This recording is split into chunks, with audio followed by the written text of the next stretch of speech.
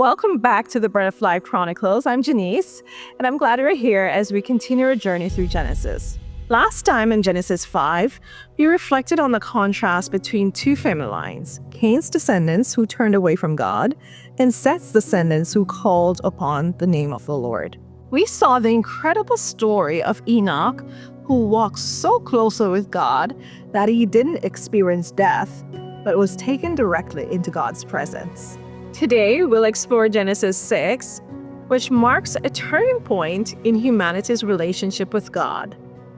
This chapter gives us insight into the world's rapid decline, the grief it caused God, and his plan to begin anew through Noah. It challenges us to consider the state of our hearts and our walk with God in a world filled with distractions and temptations. In Genesis 5, we saw how Enoch's life of righteousness offered a glimpse of what it means to truly walk with God. But even as Seth's descendants demonstrated faithfulness, humanity at large was moving further and further from God. The chapter ended with the birth of Noah, whose father prophesied that Noah would bring comfort and relief from the curse placed on the ground. That hope leads us into Genesis 6, where we see both the severity of human corruption and the possibility of renewal through Noah. So let's dive into the chapter together.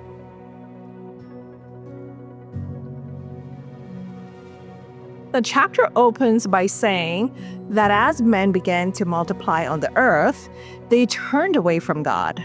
Their thoughts and intentions and actions became increasingly wicked. Verse 5 and 6 paints a dark picture. It says this: "Then the Lord saw that the wickedness of man was great on the earth, and that every intent of the thoughts of his heart was continually evil.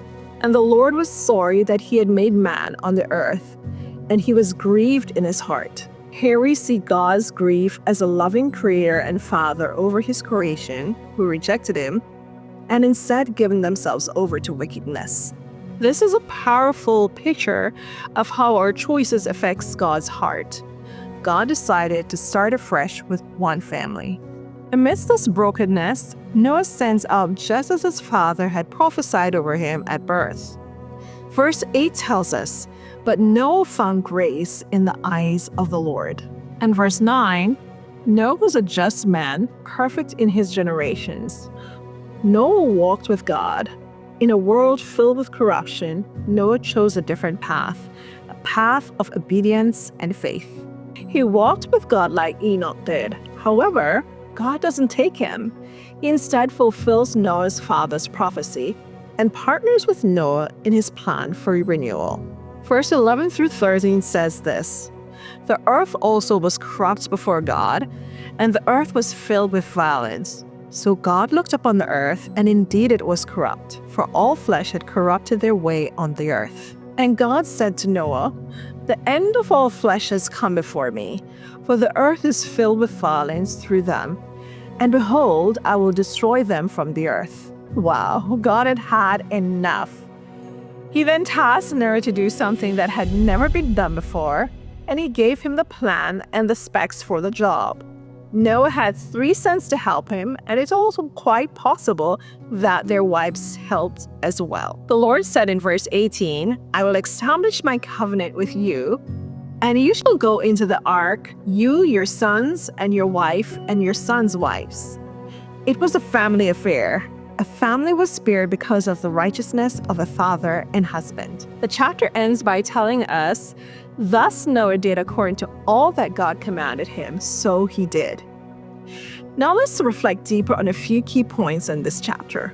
The phrase, "every intent of the thoughts of man's heart was only evil all the time," highlights how sin had spread into every aspect of human life. It wasn't just an individual act of wrongdoing. It was a pervasive culture of rebellion against God. This challenges us to examine our own lives. Are there areas where we've allowed sin to take root? How can we guard our own hearts and minds against the influences of a world that often pulls us away from God? God's response to humanity's wickedness reveals his heart. He's not indifferent to our choices. His sorrow shows that he desires a relationship with us. How does it change our perspective to realize that our actions can bring joy or grief to the heart of God? Noah's life reminds us it is possible to live righteously even in the midst of a corrupt world. His faith and obedience sets him apart. It begins with a decision. Noah listens to God's voice. He followed his instructions and became the means through which humanity would have a second chance at a close relationship with God again. This tells me that I can walk faithfully with God in today's world, despite how dark or how evil it might get.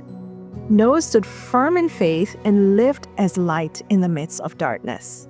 Now let's change gears and transition into a time of guided reflection and meditation. So let's take a moment to pause and reflect. Find a quiet place, close your eyes, and take in a deep breath. Breathe in. Breathe in God's peace. Breathe out. Exhale any worries or distractions weighing on you right now. Be still and know He is God. Imagine yourself in Noah's place.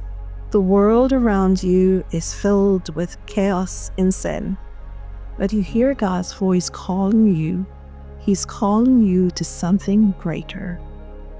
Picture yourself walking with God, hand in hand, finding strength and guidance in His presence.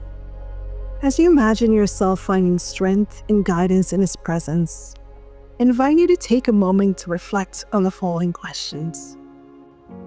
What does it mean for you to walk faithfully with God in your daily life? Or what would you like that to look like for you? Are there areas where you need to turn back to God and seek His guidance? How can you be a source of hope and renewal in your family, community, or workplace?